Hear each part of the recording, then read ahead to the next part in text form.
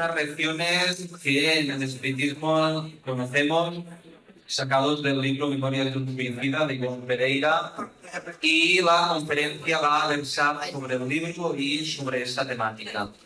Con ustedes os dejo a Maribel. Vale. Bueno, buenos días.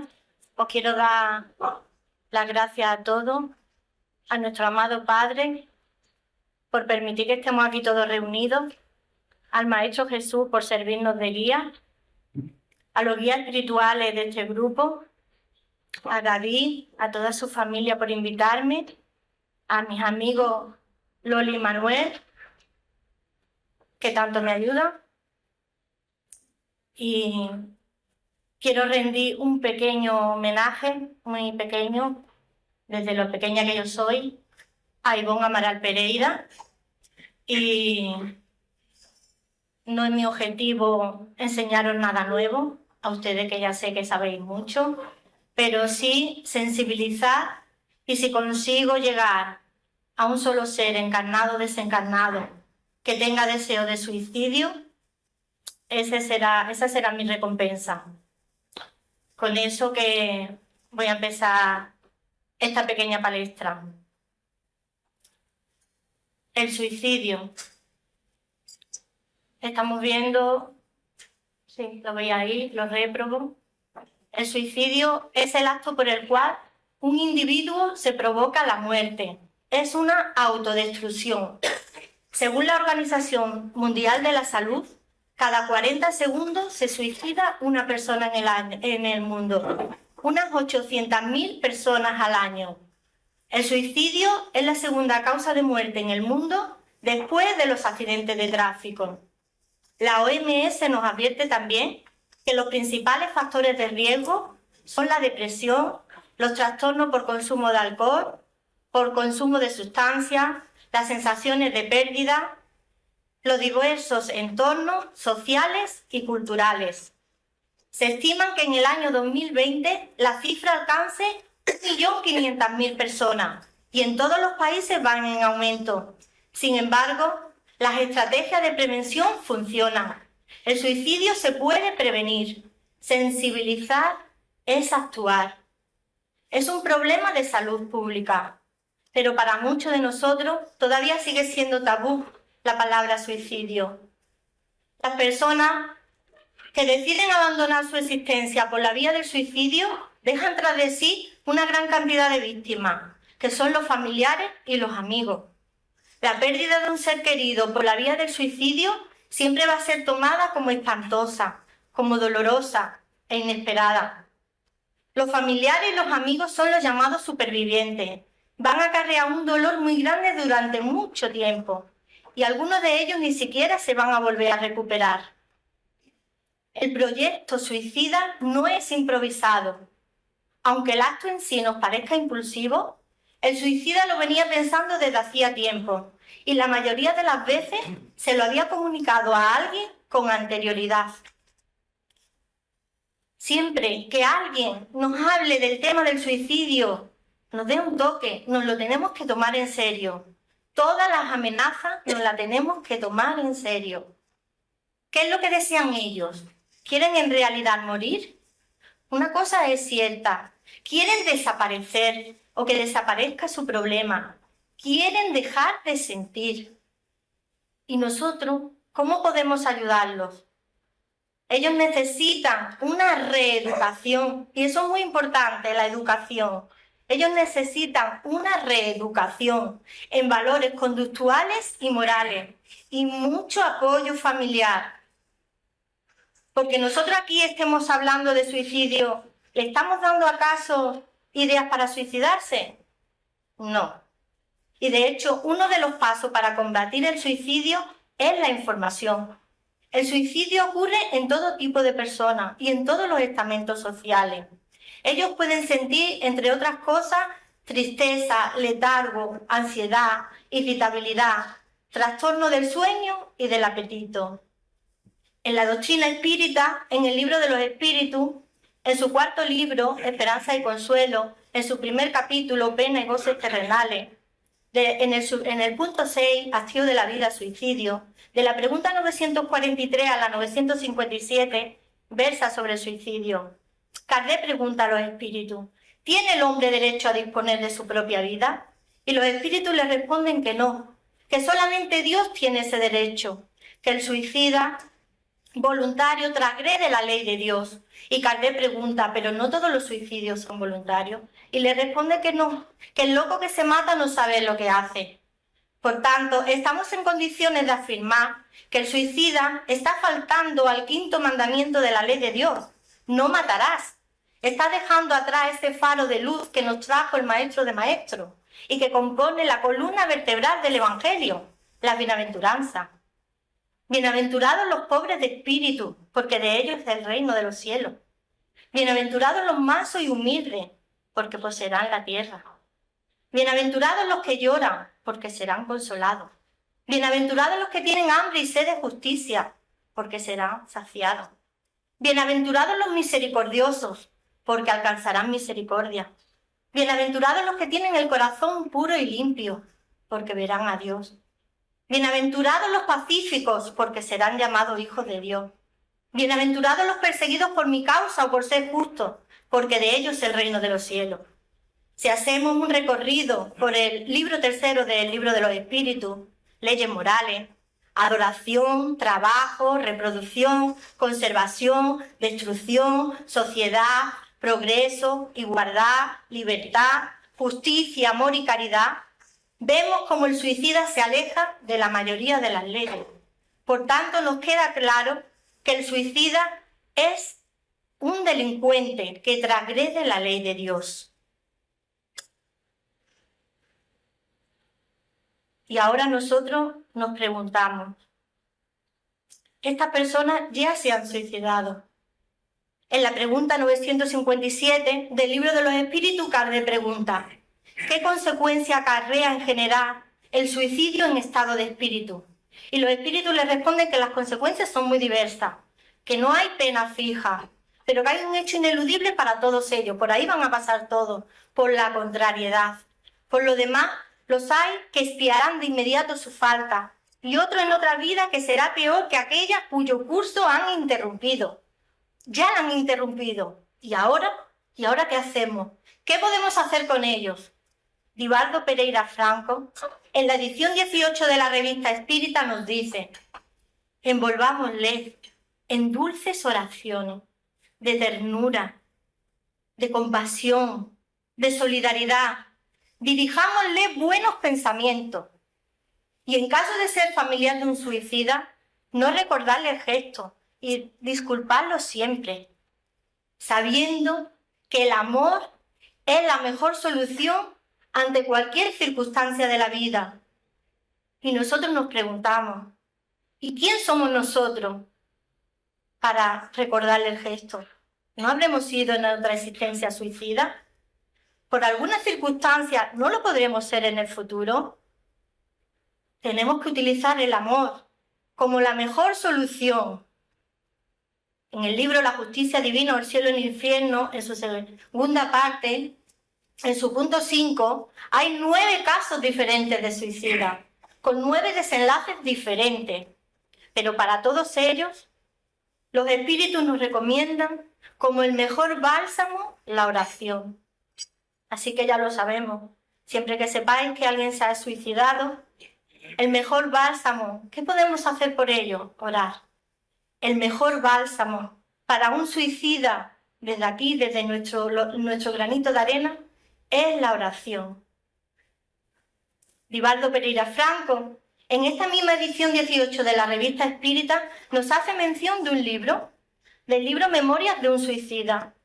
Nos dice que encontrándose en la ciudad de Belo Horizonte para dictar una serie de conferencias, tuvo el honor de conocer a la medium Ivonne Amaral Pereira, que residía en dicha ciudad, que fue a Pedro Leopoldo para los trabajos que venía allí realizando Francisco Cándido Xavier, donde Ivonne también fue invitada, y que después de las labores espíritas, Chico se acercó a Ivonne y le dijo: Ivonne, me comenta André Luis que el libro Memorias de un suicida Es uno de los mejores libros de los últimos 50 años y lo será por los próximos 50 años.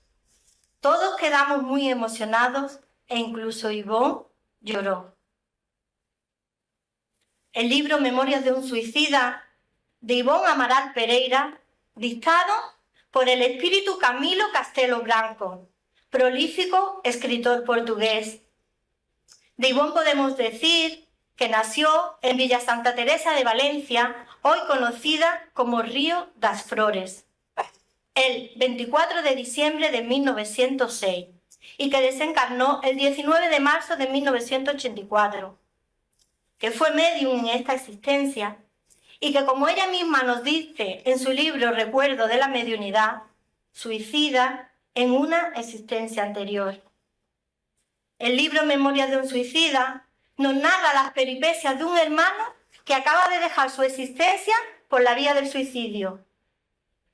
Una vez que el suicidio se ha cometido, como dijimos antes, no hay pena fija, la suerte va a depender de cada uno. Tenemos que hacer especial mención a León Denis, el gran apóstol del espiritismo, que prometió venir en ayuda de toda alma que lo requiriese con el fin de progresar. Ivonne sintió la intuición de él para recompilar y redactar la presente obra. El libro Memorias de un suicida no fue psicografiado, pues ella veía y oía nítidamente todas las escenas. Como dijimos antes, nos narra las peripecias de un hermano, de Camilo, que acaba de dejar su existencia. Y nos dice Camilo: mi orgullo no me permitía comprender qué me había pasado. Fui pobre, luché mucho y en la edad adulta quedé ciego. ¿Ciego por qué? Me desesperé. Devoré mis energías mentales, me di por vencido. Poco a poco me fui obsesionando con la idea del suicidio, por mi falta de creencia en Dios, pues yo tenía conocimientos intelectuales aventajados, y sin embargo era paupérrimo y casi hambriento, y los ignorantes y estúpidos tenían los cofres llenos. Mi suicidio se generó por mi rebeldía, al hallarme ciego, cuya expiación consideré superior a mis fuerzas, como injusto castigo de la naturaleza, a mis ojos necesitados de ver. Las primeras horas que pasaron a mi suicidio transcurrieron sin que yo me diera cuenta. Mi espíritu rudamente violentado había sufrido una especie de desmayo, un colapso. Poco a poco vuelve a resurgir de la sombra, vuelve la conciencia, el divino don de pensar. No podía respirar, estaba helado de frío, tirititaba. Puesto que me había propuesto dejar la vida, pensé que era la misma muerte que se aproximaba. Olores fétidos y nauseabundos afectaban mi olfato y un dolor en especial en el cerebro. Llevé mi mano derecha al oído derecho y del orificio del proyectil se derramaba sangre. Desorientado, herido, pero me sentía vivo. Al final comprendí que me había suicidado, pero que seguía vivo y sufriendo más. Mi cadáver pudriéndose en la oscuridad de una tumba. Lloré desconsoladamente sobre la sepultura. Huí de aquel cementerio, ligado al fardo carnal que se iba pudriendo. 2 meses más o menos vagué desorientado. En ninguna casa me daban cobijo. En el hospital no me hacían caso. En la calle escuchaba comentarios sobre mi persona. Un día, al doblar una esquina, fui llevado a tropel. Se diría que un escuadrón nos llevaba a la cárcel y al frente un capitán, abriéndose camino por aquellas tinieblas. Comenzamos a andar y al pronto comenzaron a surgir cavernas y al fondo un gran pantano encharcado. El escuadrón hizo alto allí y nos abandonó. En enero de 1891 me vi sorprendido por mi aprisionamiento en la región del mundo invisible, el Valle de los Suicidas, ciudad donde las habitaciones eran cavernas, compuestas por piedra, pantanos, lodazales, sombra. No sabía si era de día o si era de noche. Calles como laberinto, estrecha garganta entre montañas. Falanges de réprobos del suicidio eran sus habitantes, aprisionados allí, como cautela y caridad con el género humano. Nosotros vamos a definir réprobo del latín reprobare, reprobar, no aprobar, no haber superado una prueba con éxito.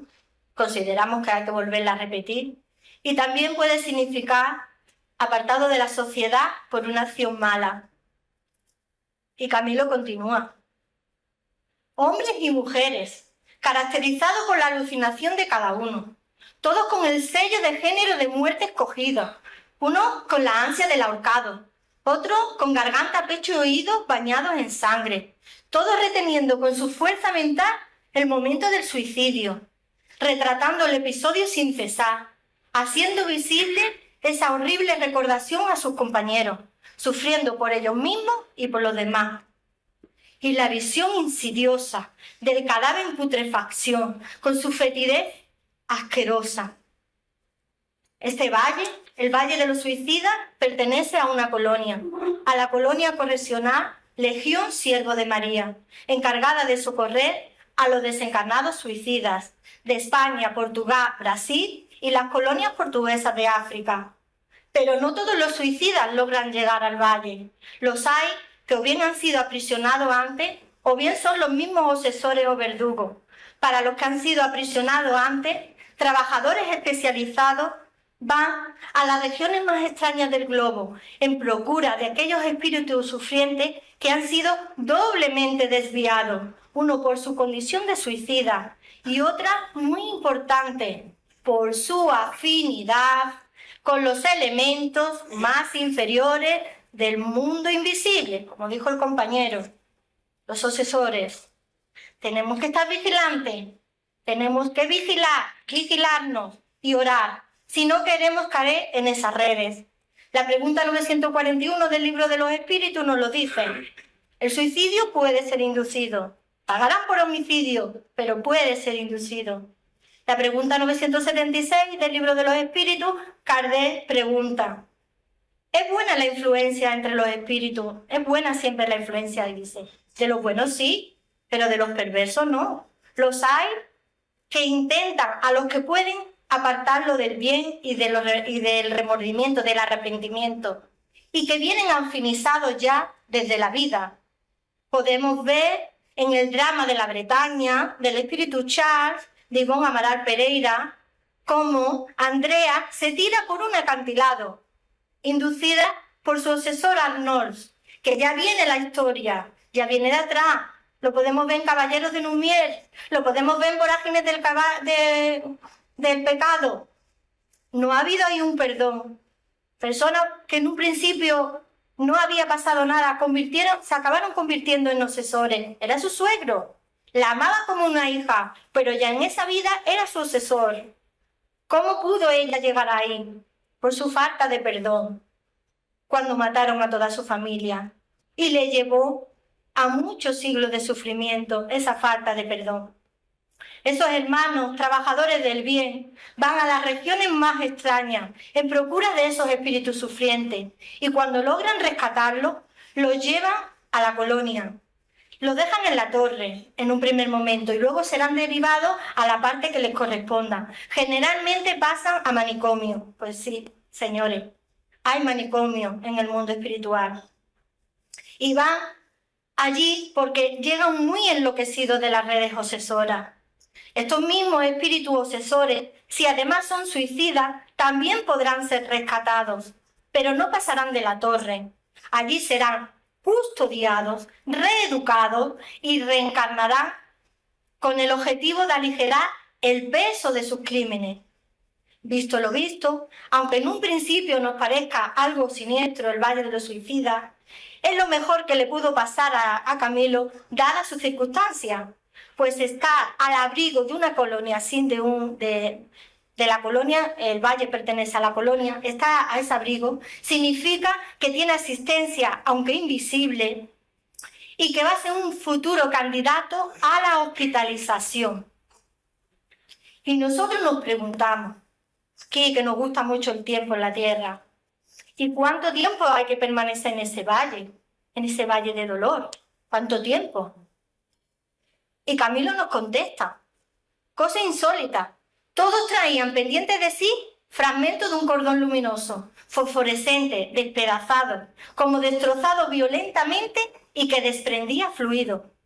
Ese cordón luminoso sirve para ligar el alma a la envoltura carnal y le comunica la vida. Debe de ser desligado y nunca quebrado.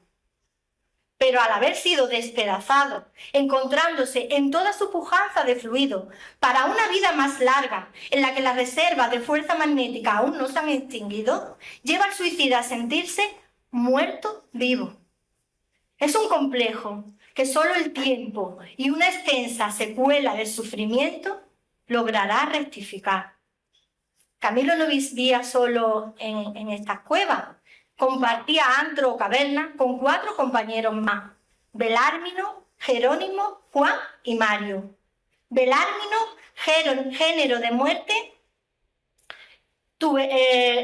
motivo tuberculosis, y género golpe en la muñeca, materialista, no esperaba más de la vida. Jerónimo, motivo de muerte, ruina financiera, género, disparo. Juan, vicios con el juego, género, envenenamiento. Mario Sobral, motivo de la muerte, pasionales. Primero se encargó de estrangular a su amante Eulina y luego se ahorcó él mismo con las sábanas de ella en la cocina, motivos pasionales. Nos dice Camilo que periódicamente visitaba aquel valle una caravana compuesta por carruajes blancos, tirados de caballos blancos, de alta raza normanda, con una banderita celeste que ponía Legión Siervos de María. Venía en procura de aquellos de nosotros cuyo fluido vital estuviese aflojado por la desintegración total de la materia. Un día ocurrió algo insólito, algo inesperado.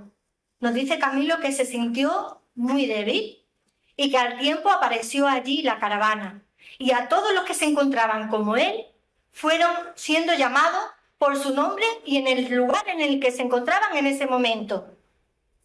Camilo Castelo Blanco, abrigo 36, calle 48, atención, para subir a convoy de socorro. Por fin subí al convoy. Esa espesa negrura comenzó a quedar atrás.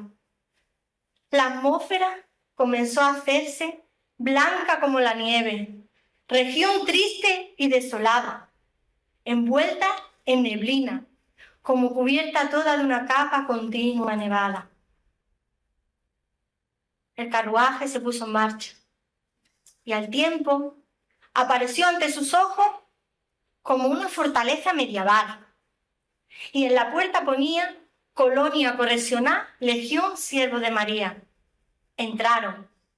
Una vez que entraron dentro, fueron separados por género, hombres y mujeres. Tuvieron que decir de qué país eran, su nombre, su motivo del suicidio, su género de suicidio y hasta dónde se encontraban sus despojos sus corporales, los que estaban capacitados, los que no los mentores los informaban.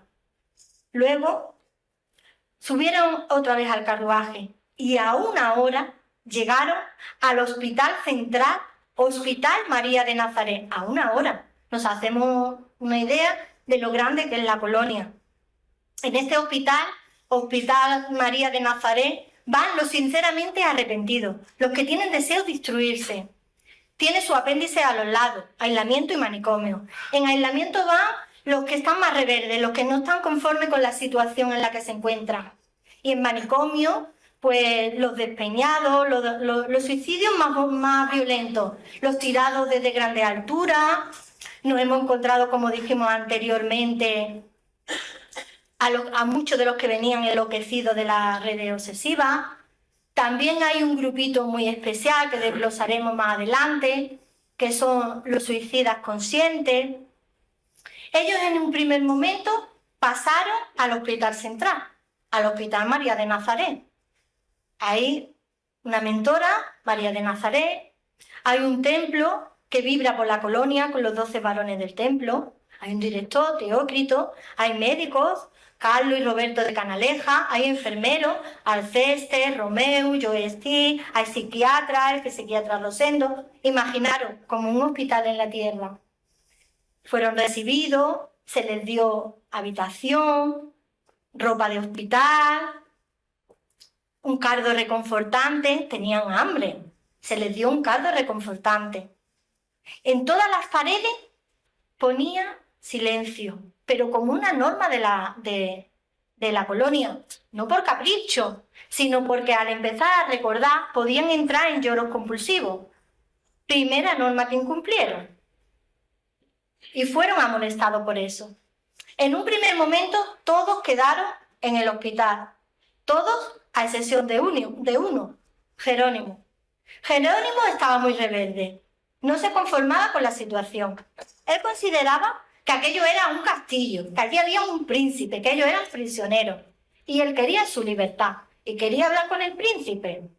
Entonces lo llevaron hasta el hermano Teócrito. El hermano Teócrito le explicó la situación en la que se encontraba, que no era aconsejable viajar a su casa en las circunstancias en las que estaba. Había una norma de la colonia que era evitar los sufrimientos innecesarios, pero él seguía, insistía, hasta el punto de que el hermano Teócrito tuvo que pedir consejo telepáticamente a los 12 varones del templo para que le aconsejaran. Los hermanos le dijeron que sí, que lo dejaran de ir, por su libre albedrío. Estaba incumpliendo una norma de la colonia. Y fijaos, estaba tan materializado que hasta exigió un ramillete de flores para su esposa Zulmira. No comprendía para nada. Los demás compañeros quedaron en la habitación y se les explicó que iban a ver todo lo que pasaba, porque de allí tenían que ellos que extraer algo bueno. Fueron a Portugal, fueron a la casa de Jerónimo. ¿Cuál fue su sorpresa? Allí no había nadie.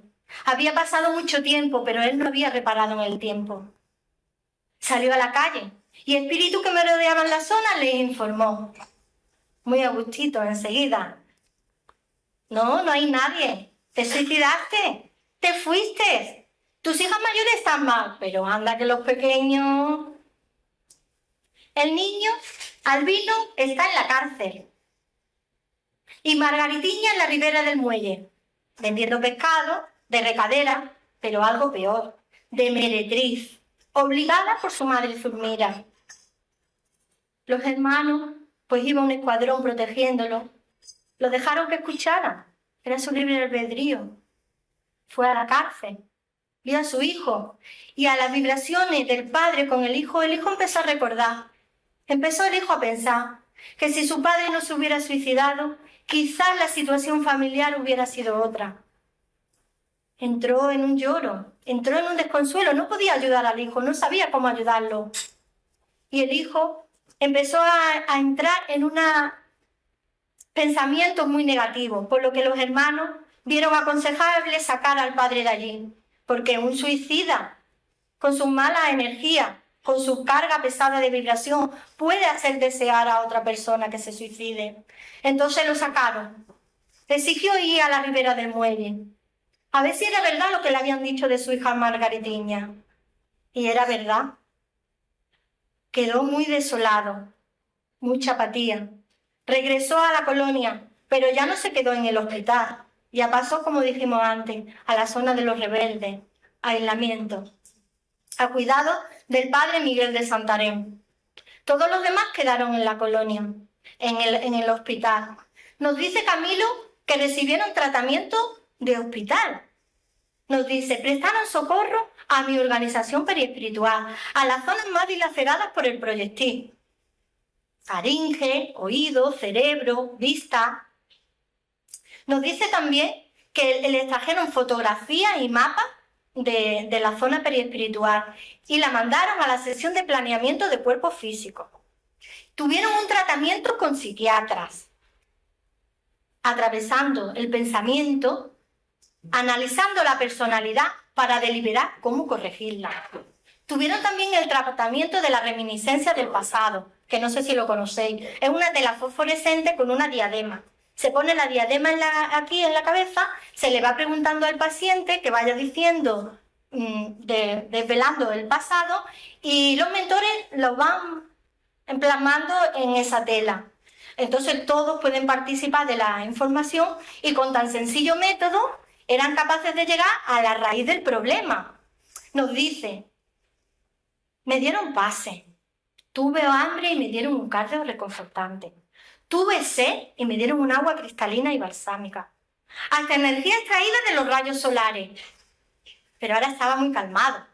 Ahora estaba muy sereno. Ahora empezaban mis dudas. ¿Estaré muerto? ¿Será esto la muerte? El psiquiatra Rosendo con mucha dulzura le dijo: no, hermano, no has muerto, porque la muerte no existe en la ley que rige el universo, la cualidad sublime, la inmortalidad. La cualidad sublime, la inmortalidad.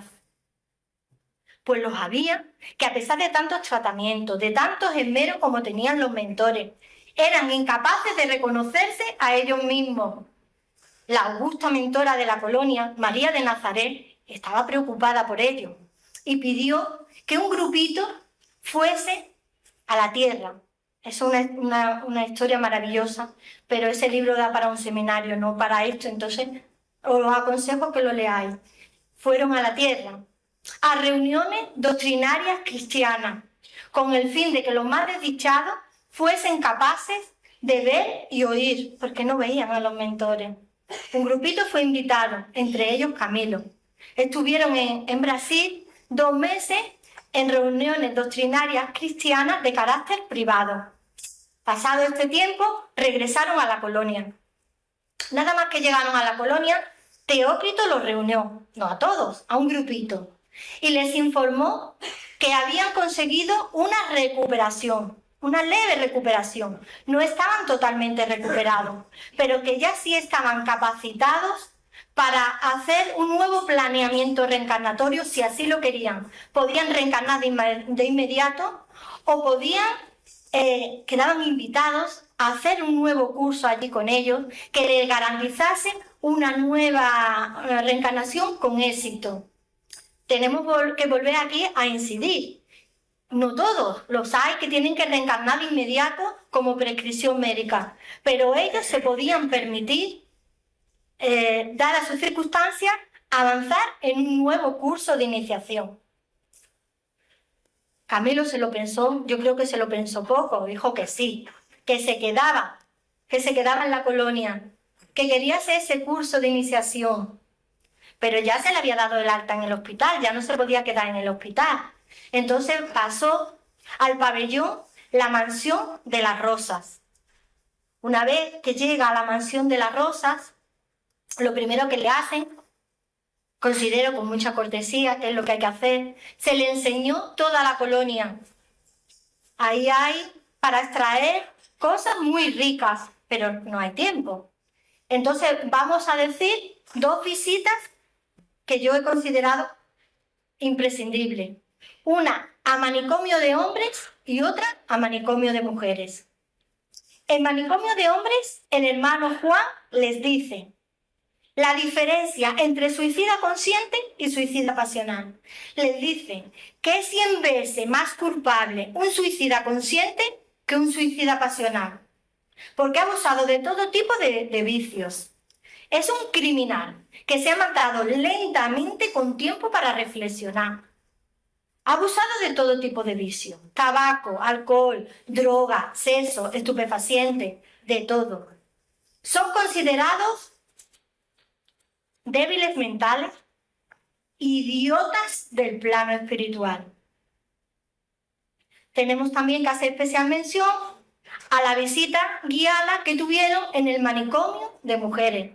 La hermana Licencia de Guzmán les informó que allí había mujeres que habían muerto desencarnados, abortando, voluntariamente, se entiende, o por enfermedad debida al aborto. Camilo nos las describe como bultos negros llenos de llaga, que llevan impreso el diseño de embriones humanos. Y eso es lo menos. Es lo que os he extraído, porque hay más. Dicho esto, podemos decir que Camilo empezó su curso de iniciación. Ese curso tan bonito, esa esperanza que nos da, que hasta en estos sitios hay ciudades universitarias, que hasta aquí se puede estudiar, que hasta aquí avanzamos. Dios no deja abandonado a nadie, tampoco a los suicidas.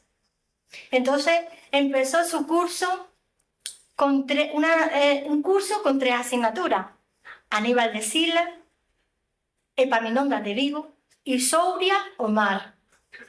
Aníbal de Sila formó parte de los niños que estaban con Jesús y le daba el Evangelio. Epaminondas de Vigo, ciencia universal, todo: física, medicina, psicología, todo lo que se os ocurra. Souria Omar, la aplicación práctica de todo lo aprendido. Ya no necesitaban el carruaje, ya por la fuerza de su voluntad podían con el pensamiento desplazarse, recorrieron todo el espacio. Pero nos dice Camilo que donde más tiempo paraban era aquí, ayudando a los sufrientes y sobre todo acompañando en el momento de la desligación, que es un momento muy crucial. Y mucho más, como lo hemos visto, en el caso de los suicidas.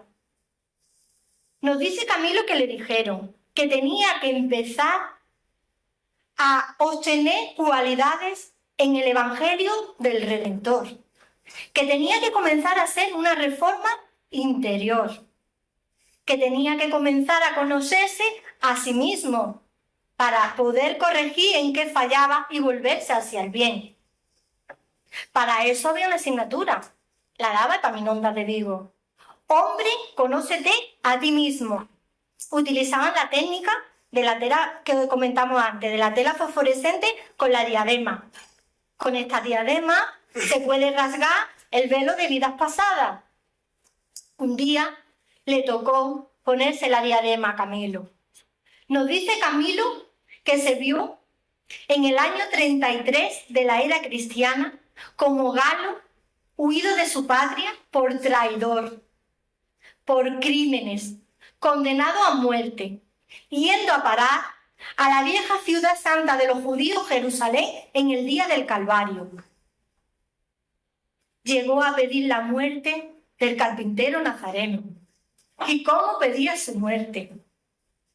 Y hasta llegué a insultar a su amada madre, porque yo era envidioso de todo lo que era superior a mí. Pues yo era feo y mutilado, pues me faltaba un brazo. Se me concedió la oportunidad de la redención y la rechacé. Nos dice Camilo que se ve otra vez en el siglo XVII como sacerdote de la compañía de Jesús, pero no por amor a Jesús ni por amor al bien, sino por ambición. Porque él se saciaba con el mal. Estaba amparado en la Santa Inquisición, torturando y matando. Nos dice que se vio como mandó a sacarle los ojos al marido de su prima por motivos pasionales, porque ella lo había rechazado antes y ahora que se veía superior y fuerte, quería que ella volviera a él. Ella lo rechazó, lo aprisionó, mandó sacarle los ojos y se lo devolvió a su prima y quería estar presente. Pero algo consideramos que se rasgó en el interior de Camilo, porque cuando esa señora se clavó de rodillas y besó las manos de su marido con tanta ternura, con sus ojos sacados, Camilo ya no fue el mismo. Y para más Inri, él se suicidó. Este hombre con los ojos sacados se suicidó. Nos dice Camilo que se vuelve a ver en el siglo XIX, ya como empezaron los remordimientos, intentando una reencarnación expiatoria, pero falló llevado por su orgullo. Nos dice Camilo: hace 52 años que habito en el plano espiritual y jamás he encontrado paz ni felicidad. He aprendido a respetar la idea de Dios, a orar unido al lado del Maestro Jesús. He trabajado durante 40 años, que se dice muy pronto, mi orgullo. Mi destino, la ceguera. Reencarnaré. Y me dicen también que seré medium. para divulgar las verdades celestes a la humanidad. Me comprometí. Me quedaré ciego hasta a los 40 años, hasta los 60. Aquí los hermanos me dicen también, sufre y llora con paciencia. Ten resignación, que todo es pasajero. Sufre y llora con paciencia. Ten resignación, que todo es pasajero. Nosotros concluimos diciendo que si alguien tiene pensado suicidarse, esa no es la puerta de la felicidad. Por ahí lo que va a encontrar es, como dijimos antes, una extensa secuela de sufrimiento, de mucho sufrimiento. Con ello vamos a denotar falta de fe en el porvenir, falta de confianza en Dios, más la suma de orgullo y de egoísmo. Jesús es el gran médico de las almas. Nos lo enseña en el Evangelio. Nos compete a nosotros cumplimentarlo y divulgar sus enseñanzas. El mejor medicamento, el amor. El amor es el mejor medicamento. Tenemos que empezar a tener alegría de vivir. Darle gracias a Dios todos los días porque estamos vivos. ¿Qué es eso de problema? Cuando yo tengo que bajar todos los días, algunas veces a una vecina, que yo llevo 17 años trabajando y no sé los escalones que hay en mi puerta. Y cuando la compañía me dijo los escalones que había, le dije, te voy a acompañar por hoy a bajar tus escaleras. Y me dijo, hay 13 escalones. Digo, ¿ah, sí? Yo no le había dado valor a eso, y ella sí. Tenemos que empezar a tener alegría de vivir. Es una invitación rica en producciones morales. Dejar de vivir ya bien, dejar de fantasmear y aprender a bien vivir, fomentando la felicidad y trabajando por la paz, por la unión de todos y no por la separación, que es a lo que todos aspiramos. Joana de Angeli, Vida. Es todo. Entonces, claro, yo pienso que con el pensamiento Orar. y la oración Orar. te ayuda, pero claro, siempre queda esta duda, ¿no? De que a lo mejor no lo haces lo suficiente. Es que no comentaste que no lo tenías cerca. Si no lo tienes cerca, si tú haces la oración sentida de corazón, no de carretilla, con todo tu alma, los mentores se van a encargar de posibilitar personas alrededor de él que le lleve esa ayuda. Porque tú no mientes, en los pliegues de tu alma está tu verdad. Tú me dices que no estás cerca y yo me lo creo. Pero si mintiera, está en los pliegues de tu alma, ¿no? Entonces, tú estás diciendo que no puedes estar cerca y sabes que no hay nadie allí como tú para ayudarle. Ora. Gracias.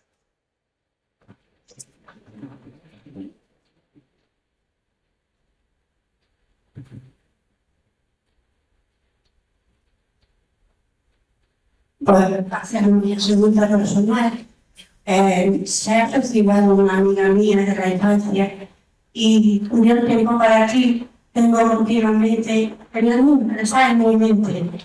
Y no sé cómo puedo ayudarla, he orado con ella, pero creo que no es suficiente. Algo más me quiere decir, pero no sé lo que podría hacer.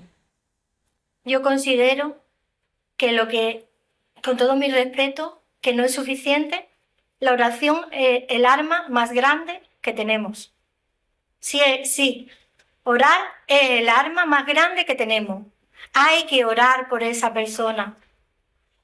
Los espíritus, en la justicia divina, en el cielo y el infierno, pero en el Evangelio, si ve la codificación, por activa y por pasiva, nos están diciendo que para el que ya se ha suicidado, desde aquí, mucha oración. Oración sentida por esa persona. No intente usted traerla aquí porque se convertirá, como dijo el compañero, unirmente. No. Orar por esa persona sentida, de corazón, que aunque usted no tiene por qué ver el efecto. No oramos esperando a pararnos a ver ante nuestros ojos el resultado. El resultado llegará. Usted ore con fe a Dios.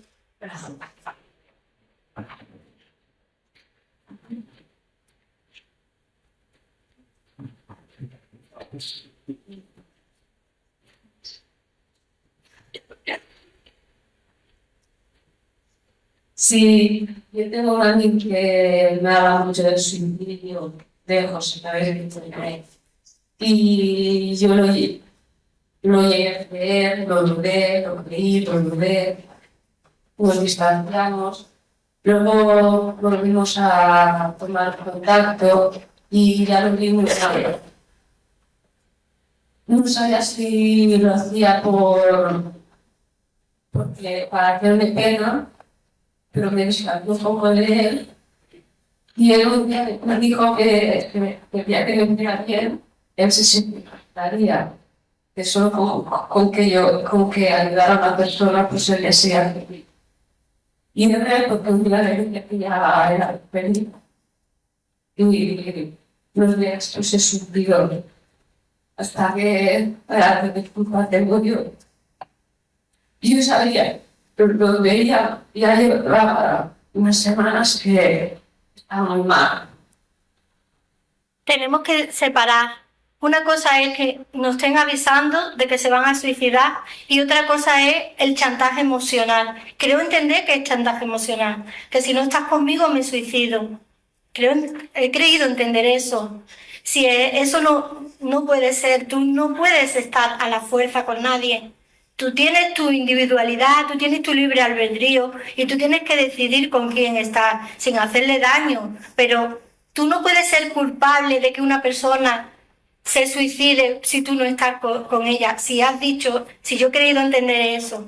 Cosa distinta es que tú lo creas y pidas por él porque le vaya bien y si lo tienes a mano incluso siempre recomendarle médicos porque es muy necesaria la medicina, es muy necesaria. Yo he ayudado algunas veces así charlando porque de mucho no llego a personas, pero con su tratamiento psiquiátrico siempre, cuando están mal, cuando los médicos han considerado que necesita una medicación y tú también oras, ya no puedes hacer nada más. Tú tienes que tirar de tu vida. No puedes. Sería un obsesor para ti. No te puede obligar a estar con él a la fuerza.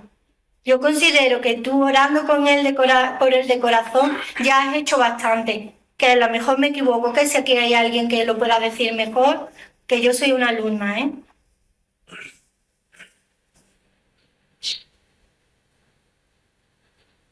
¿Está bien? Sí, es lo que Vale.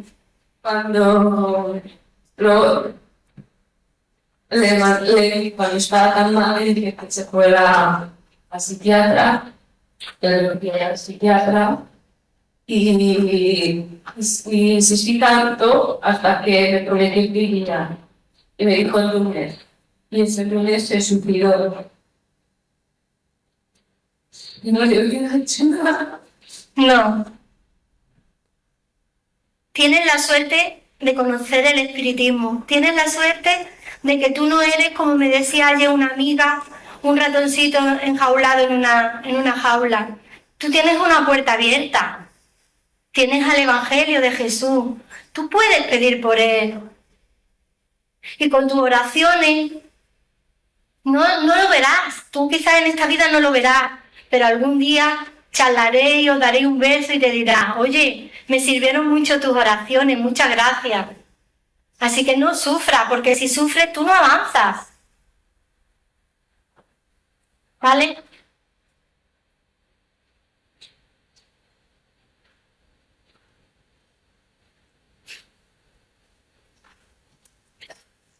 Bueno, los testimonios, no sé si hay alguien más.